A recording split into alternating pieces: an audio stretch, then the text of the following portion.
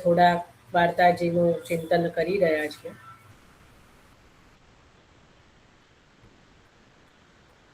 વાર્તા પ્રસંગ વાર્તાજી છઠ્ઠા શેઠ પુરુષોત્તમ દાસજી અને વાર્તા પ્રસંગ છે પાંચમો વાર્તા પ્રસંગ આપણે લેવાનો છે. જો કે થોડો મોટો છે, જોઈએ આખો કેટલો લેવાય એટલો. एक समय शेठ दक्षिण में गए, कहाँ झारखंड में मंदार पर्वत है, ताके ऊपर मंदार मधुसूदन ठाकुर जी है. सो ऊह पर्वत ते मनुष्य गिरे तो चोट न लगे, अन जाने और जानी के सगरे पार कही के, सगरे पाप कही के, पार नहीं सगरे पाप कही के ऊपर ते गिरे तो दे छूटे, पाछे दूसरे जन्म में कामना सिद्ध होय, ऐसो वा पर्वत को महात्मय लोक में प्रसिद्ध है. એટલે આજે પણ આ જગ્યા બિહારમાં છે, મંદાર મધુસૂદન. કદાચ કોઈએ દર્શન કર્યા હોય તો, ન કર્યા હોય તો ગૂગલમાં સર્ચ કરશો તો મળશે. બહુ સુંદર સ્વરૂપ છે, મેં તો જોયેલા છે, દર્શન કર્યા છે. ગૂગલમાં લખશો ને તો આવશે. તો આ મંદાર મધુસૂદન ઠાકોરજી દક્ષિણમાં, એટલે અત્યારના આપણા બિહારમાં જે છે ત્યાં કોઈક સ્થળ છે. આજે પણ એ મંદાર મધુસૂદન જ નામ છે એમનું. અને આ રીતે ત્યાં જે છે મંદાર પર્વત, મંદાર મધુસૂદન કેમ, ઠાકોરજીનું નામ તો મધુસૂદન જ છે, પરંતુ મંદાર પર્વત ઉપર બિરાજે છે એટલે આપનું નામ આખું મંદાર મધુસૂદન નામ કહેવાય છે. તો એ મંદાર પર્વતનું મહત્વ એ છે, એમનું મહાત્મય છે કે કદાચ કોઈ પર્વત ઉપર ચડતું હોય ઠાકોરજીના દર્શન કરવા માટે અને અજાણતા કોઈ કારણથી પગ લપસે કે કંઈ પણ એ રીતે, અને જો એ મનુષ્ય પડે તો એ જે કહેવાય કે એને કોઈ પણ પ્રકારની ઈજા થતી નથી. જો અજાણતા જો એ પડે તો પણ એને કોઈ પણ પ્રકારની ઈજા થતી નથી. અને જો જાણી જોઈને એ પોતાના મોક્ષ માટે પોતાના બધા પાપોની ક્ષમા પ્રભુ પાસે માગીને એ પડે અને એ સમયે એના મનમાં જે ઈચ્છા હોય એ પ્રકારે એનો બીજો જન્મ થાય, એવું આ પર્વતનું મહાત્મય લોકમાં પ્રસિદ્ધ છે. તો तहाँ एक बेर श्री आचार्य जी पृथ्वी परिक्रमा करत पधारे, तहाँ एक समय सेठ पुरुषोत्तम दास और एक ब्राह्मण वैष्णव विरक्त संग दो जने गए. सो एक ब्राह्मण सिद्ध को रूप धरी श्री ठाकुर जी आप आए. એટલે આ જગ્યાએ શ્રી મહાપ્રભુજી પોતે પણ પધાર્યા છે પૃથ્વી પરિક્રમા કરતા, એવું કહી રહ્યા છે. એટલે એ જગ્યાના દર્શન કરવાની ઈચ્છાથી આ શેઠ પુરુષોત્તમ દાસજી એક વખત આ મંદાર મધુસૂદનના ત્યાં પોતે પધાર્યા. અને રાત્રિના સમયે એ ત્યાં કોઈ એક જગ્યાએ જે છે એ પોઢેલા રહ્યા. એ સમયે આ શેઠજી પાસે એક વિરક્ત બ્રાહ્મણ જે એ પણ વૈષ્ણવ હતા, એ આ શેઠજીની સાથે સૂતા હતા. હવે રાત્રિના સમયે શ્રી ઠાકોરજી એટલે મંદાર મધુસૂદન ઠાકોરજી પોતે જ એક સિદ્ધ બ્રાહ્મણનું રૂપ ધરીને જે છે એ આમની પાસે આ શેઠજી અને પેલા વિરક્ત બ્રાહ્મણ જ્યાં સૂઈ રહ્યા હતા ત્યાં પધાર્યા. એટલે શેઠજી તો ઓળખી ગયા એટલે કશું બોલ્યા નહીં. શેઠજીને કશું કહ્યો નહીં, કશું બોલે નહીં. ऊह वैष्णव सेठजी के संग को पूछे કે તુમ કોણ હો. એટલે જે શેઠજીની જોડે જે પેલા વિરક્ત બ્રાહ્મણ હતા એમણે પૂછ્યું કે તમે કોણ છો, જે પેલા ઠાકોરજી પધારેલા સિદ્ધ જે રૂપ ધારણ કરીને. તો કહી કે વાને કહી હમ श्री वल्लभाचार्य जी के सेवक है. तब वो ब्राह्मण ने कही हमारे पास मणि है, तू लेऊंगे. तब वैष्णव ने कही मणि में कहाँ गुण है. એટલે પેલા બ્રાહ્મણે જે ઠાકોરજી જે બ્રાહ્મણનો વેશ ધારણ કરીને આવેલા એમણે કીધું કે અમારી પાસે તો મણિ છે, તારે જોઈએ છે. એટલે પેલા વિરક્ત વૈષ્ણવે શું કીધું કે મણિ में कहाँ गुण है, એટલે તમારા આ જે મણિની અંદર શું ગુણ છે. तब उह ब्राह्मण ने कही कि जितना द्रव्य चाहिए सो मणि सो मिले, જેટલો દ્રવ્ય चाहिए આ મણી આપશે। तब ऊह विरक्त ने कही कि जो मैं कहाँ करूंगो, जगदीश शेर चूनो देंगो, ताते सेठ पुरुषोत्तम दास गृहस्थ है, इनको तो बहुत खर्च है, इनको देव। એટલે ત્યાં પેલા વિરક્ત વૈષ્ણવે શું કીધું, પેલા બ્રાહ્મણનો વેશ આવેલા જે ઠાકોરજી છે એને શું કીધું કે તમારો, એટલે કારણ કે એ જાણતો નથી કે આ ઠાકોરજી છે, એ તો એવું જ જાણે છે કે કોઈ સિદ્ધ છે, એટલે એને શું કીધું કે તમારો મણી લઈને હું શું કરું, કારણ કે હું તો વિરક્ત છું, હું ક્યાં મણી લઈને ફરવાનું, મારે ક્યાં ધનની આવશ્યકતા છે, મને તો નિત્ય જે જગદીશ એટલે ઠાકોરજી જે છે એક શેર ચૂન એટલે મને જેટલું જોઈએ છે એટલું ભોજન પર્યાપ્ત પ્રભુ નિત્ય આપી જ દે છે। પરંતુ આ મારી જોડે જે પડી રહ્યા છે, જે સૂઈ રહ્યા છે, એ શેઠજી જે છે એ તો ગૃહસ્થ છે, તો એમના ઘરે ખર્ચ બહુ છે, એટલે એમને આ મણી આપો। तब ब्राह्मण ने कही को जो सेठजी को जगाओ, શેઠજી ને જગાવો। ઠાકોરજી જે પેલા બ્રાહ્મણ, શેઠજી તો જાણે છે છતાં આંખો મીચીને પોતે સૂઈ રહ્યા છે। तब ऊह वैष्णव ने जगाई के सेठजी सो कही કે यह मणी लेવું, यासो जितनो द्रव्य चाहिए तितनो होएगो। એટલે ત્યાં પેલા બાજુમાં જે પડેલા હતા વિરક્ત, એમને શું કીધું કે આ એક સિદ્ધ આવ્યા છે, મણી આપે છે, અને એ મણીથી જેટલું દ્રવ્ય જોઈએ એટલું મળશે, તો આ મણી લઈ લો। तब सेठ पुरुषोत्तम दास ने कही कि हमारे तो मणि नहीं चाहिए, हमारे पण मणि जोईतो નથી। तब ऊ सिद्ध ब्राह्मण मणि लेके ફીરી ગયો। ત્યારે એ જે સિદ્ધ બ્રાહ્મણ એટલે જે ઠાકોરજી જે સિદ્ધનું રૂપ ધારણ કરીને આવેલા એ તો પાછા પધારી ગયા। तब वैष्णव ने सेठजी सो कहो कि तुमने मणि क्यों न लियो, તમે મણી કેમ ન લીધો। तब सेठजी ने सामो प्रश्न कियो, सामे पूछ्યું કે તુને क्यों न लियो, भाई ते मणी केम नहीं, पहला तो तने आपता था, पहला तो सिद्ध मणी तने आपता था, तो ते केम मणी ना लीधो, पहले तो को देत हतो।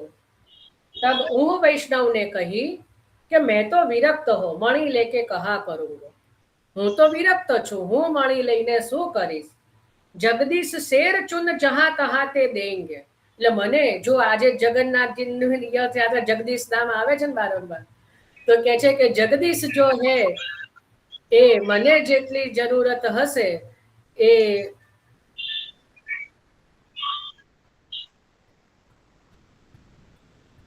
જેટલા ભોજનની જરૂર હશે એ મને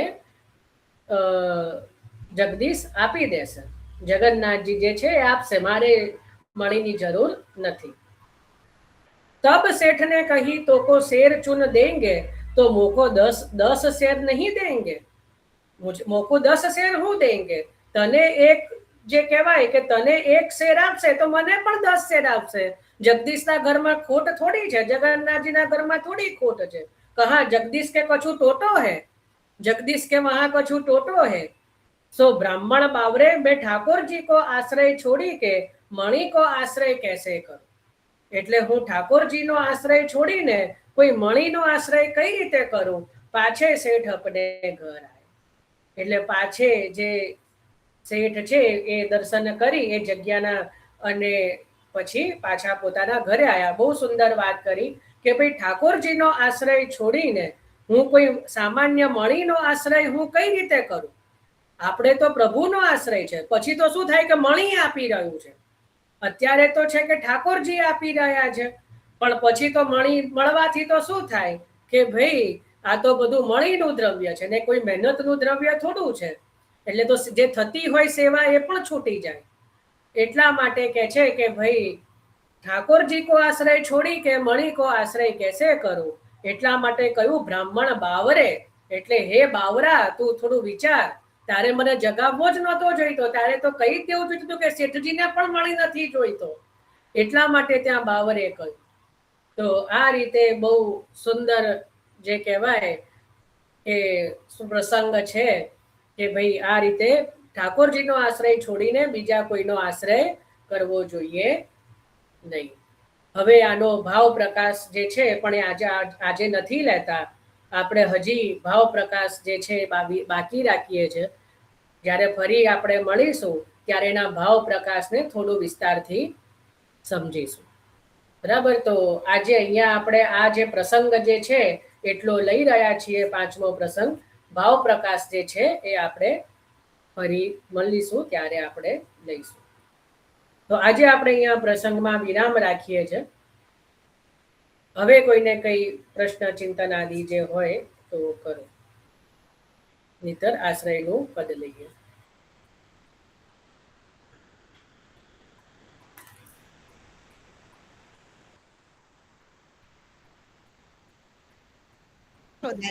એ પછી ગુસાઈજી એ પાછો પ્રકાર ચાલુ કર્યો, તો વચ્ચે એ ચાલુ હતો કે કેવી રીતે હતું?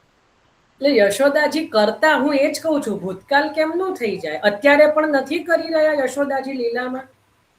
કરે એ બરાબર છે, પણ આ જે મને એને ઈ સમજમાં કે વચ્ચે એ પછી તો વચ્ચે શું આવ્યું? વચ્ચે રહ્યું શું મને કહો. યશોદાજી તો નિત્ય કરી રહ્યા છો ઉત્સવ. વ્રજમાં જ યશોદાજી ઠાકોરજી એ તો ભૂતલની લીલા છે. લીલામાં તો યશોદાજી શાશ્વત બિરાજે છે, આજે પણ બિરાજે છે. તો પછી વચ્ચેનો સમય શું આવ્યો? એટલે એમ કે પછી ગુસાઈજી વખતે પાછું ચાલુ થયું હતું કે એ રીતે ઈ સમજ્યા હશે, અને હું સમજાવી ન શકી તમને કહું કે કેવી રીતે.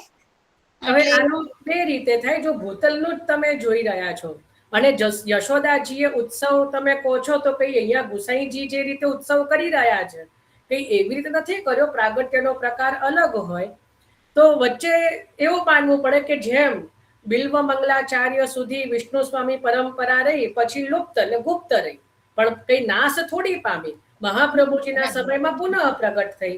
તો એવો ભાવ રાખો કે ભાઈ વચ્ચેના સમયમાં લીલા ગુપ્ત રહી, પણ કઈ બંધ થઈ ગઈ એવું થોડું છે. તો સદા લીલા તો ચાલતી રહે છે,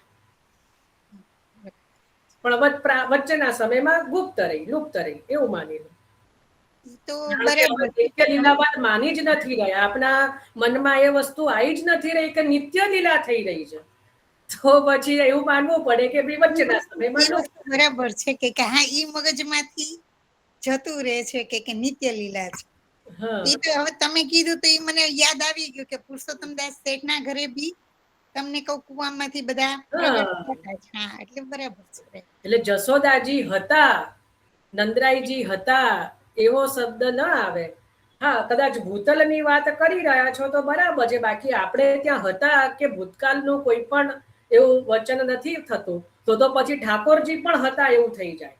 બાકી ઠાકોરજીએ પણ આસુર વ્યામો લીલા તો કરી જ છે ને. તો પછી ઠાકોરજીની સેવા કેમ નહીં? કારણ કે એ તો હતા થઈ જાય કે ભાઈ એ તો આસુર વ્યામો લીલા થઈ ગઈ.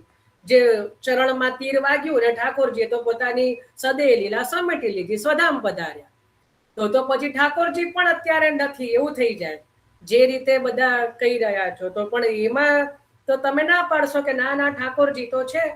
તો પછી જશોદાજી પણ એ જ રીતે બિરાજે છે, નંદરાયજી પણ એ જ રીતે નિત્ય લીલાવાદ છે.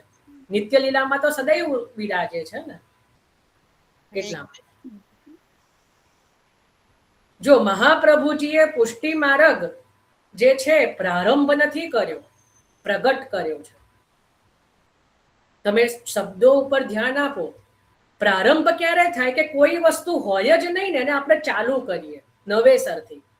અને પ્રગટ કોને કરવાની હોય? ધારો કે આપણે હાઈડ એન્ડ સીક સંતા કુકડી રમતા હોઈએ અને કોઈક સંતાઈ ગયું હોય ને એને શોધી કાઢીએ, બરાબર? તો શું થયું કે છોકરાનો જન્મ આજે થયો? અરે એ તો સંતાયેલો હતો, એને શોધ્યો છે એટલે આપણે તો થપ્પો કર્યો. કોઈ આપણે રમતા હોઈએ અને કોઈને શોધીએ તો શું થયું કે પકડાઈ ગયો, આનો તો થપ્પો થઈ ગયો. પણ કઈ છોકરાનો જન્મ આજે થયો એવું થોડું છે, બરાબર ને? એવું જ છે કે પુષ્ટિ માર્ગ જે છે એ સારસ્વત છે. સારસ્વત કલ્પથી ચાલ્યો આવે છે. એટલે કે મહાપ્રભુજીએ એને નવેસરથી પ્રારંભ નથી કર્યો, પ્રગટ કર્યો છે. કે જે દૈવી જીવો ભૂલી ગયા છે કે આવો પણ માર્ગ છે, એને યાદ અપાવ્યો. કે એ જે કાલના પ્રવાહમાં આપણો જે બ્રહ્મ સંબંધ મંત્ર છે એમાં શું છે કે હું આપનાથી વિખૂટો પડેલો છું અનેક વર્ષોથી. તો એ જે લીલાનું સુખ છે એને જે ભૂલી ગયો છું, એ જે વિરહનું દુઃખને હું ભૂલી ગયો છું, તો એવા હે કૃષ્ણ હું મારું બધું આપને સમર્પણ કરું છું, કારણ કે આપ જ આનંદ રૂપ છો. તો આપણે એ મહાપ્રભુજીએ આપણને યાદ કરાવ્યું, એ વસ્તુ પ્રગટ કરી, એને પ્રારંભ નથી કરી. એટલે જે વસ્તુ જે ગુપ્ત હતી, લુપ્ત થઈ ગયેલી, અને પુનઃ પાછી પ્રસ્થાપિત કરી. એટલે નિત્ય લીલા સદૈવ છે. એટલે એવું નથી કે વચ્ચેના સમયમાં કઈ નથી થયું. પ્રભુ તો નિત્ય ઉત્સવ કરી જ રહ્યા છે. સુંદર. ચલો દીપાલીબેન. હા, જય શ્રી કૃષ્ણ જયભાઈ. મારે એક એવો પ્રશ્ન હતો કે જ્યારે ઠાકોરજીએ પૂતનાનું વધ કર્યું ત્યારે ગોપીજનોએ પૂતના કવચ ને એવું વગેરે અનુષ્ઠાન કર્યો. અનુષ્ઠાન નથી પછી કર્યું, રક્ષા કર્યું. એટલે રક્ષા કરી. પછી જયારે આપણે શકટભંજન થયું ત્યારે બધા બ્રાહ્મણોએ એ રક્ષા માટે ને શુદ્ધિ માટે એ કર્યું. તો આ તૃણાવત લીલા વખતે હા એવું કેમ પછી હશે? એવું લાગ્યું હશે કે બહુ થઈ ગયું, હવે કેટલી વખત આ રક્ષા કરવાની. એટલે વાત સાચી છે, પણ આશીષો આપીને, કારણ કે બ્રજભક્તોએ ત્યાં પછી ત્યાં આવ્યો ને શબ્દ કે ભાઈ આશીષો આપી, એટલે આશીષ દ્વારા જ રક્ષા થઈ ને, વાણી દ્વારા રક્ષા થઈ. એટલે ત્યાં કીધું ને કે આપણે પણ કીર્તનમાં શું બોલીએ છીએ કે તિહારો ઘર સુબસ બસો, તો એ ઇનડાયરેક્ટલી ભગવાનને જ આશીષ થયા ને કે તિહારો ઘર જે છે એ તારું ઘર સદાય અખંડિત ચિરંજીવ રહે, તારો જે પુત્ર જે છે એ સદૈવ ચિરંજીવી રહે. તો એ રીતે ઇનડાયરેક્ટલી તો ભગવાનને જ આશીષો આપીને, ભગવાન માટે જ જે કહેવાય કે સુખની કામના કરી. એટલે ત્યાં વાણીથી જે આશીષ આપી એમાં બધું આવી ગયું. અને કદાચ એવું પણ હોય કે કદાચ કરી હોય, કદાચ, અને પછી સુખદેવજી વારંવાર એકની એક વસ્તુ રિપીટ ન પણ કરવા ઈચ્છતા હોય, એવું પણ બને. પણ આમ તો જો લખ્યું નથી તો એના કારણ એવું પણ હોય કે ભાઈ બ્રાહ્મણોએ પહેલા જ એના માટે જ પહેલા આવ્યું કે જે બ્રાહ્મણોની વાણી ક્યારે પણ અસફળ થતી નથી. એટલે શકટભંજન લીલા પછી આવી જ ગયું કે ભાઈ ખૂબ ખૂબ બ્રાહ્મણોએ કીધું કે ભાઈ તમારા પુત્રનો વાળ પણ વાંકો નહીં થાય, સદૈવ જે છે ચિરંજીવી બનશે, એવી જે આશીષ આપી. એટલા માટે પછી પુનઃ એ ક્રિયાની જરૂર રહેતી નથી એક જ વસ્તુની. તો કદાચ એટલા માટે પણ જે કહેવાય કે અલગથી બીજો કોઈ પ્રકાર નહીં કર્યો. બરાબર. આમાં એવું કંઈક હોઈ શકે કે જેમ કીધું કે પહેલા દૈહિક નિરોધ કર્યો, પછી કર્મથી અને વાણીથી વિરોધ કર્યો, દેહથી કર્યો, હવે હા, આમાં નિરોધ. એટલે મનથી નિરોધ થઈ ગયો હોય એટલે એમને એવું થયું કે બીજું કોઈ સાધન કરવાની જરૂર નથી હવે આ બાળકની રક્ષા માટે. એવું હા, હોય શકે? એવું પણ થાય, એવું પણ બરાબર. એનો કઈ ખુલાસો તો નથી થયો, પણ એવો પણ ભાવ લઈ શકાય, એમાં કઈ ખોટું નથી.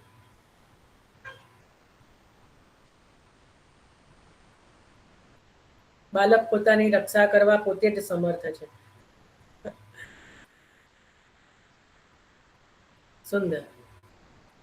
ચાલો હજી કોઈને કઈ.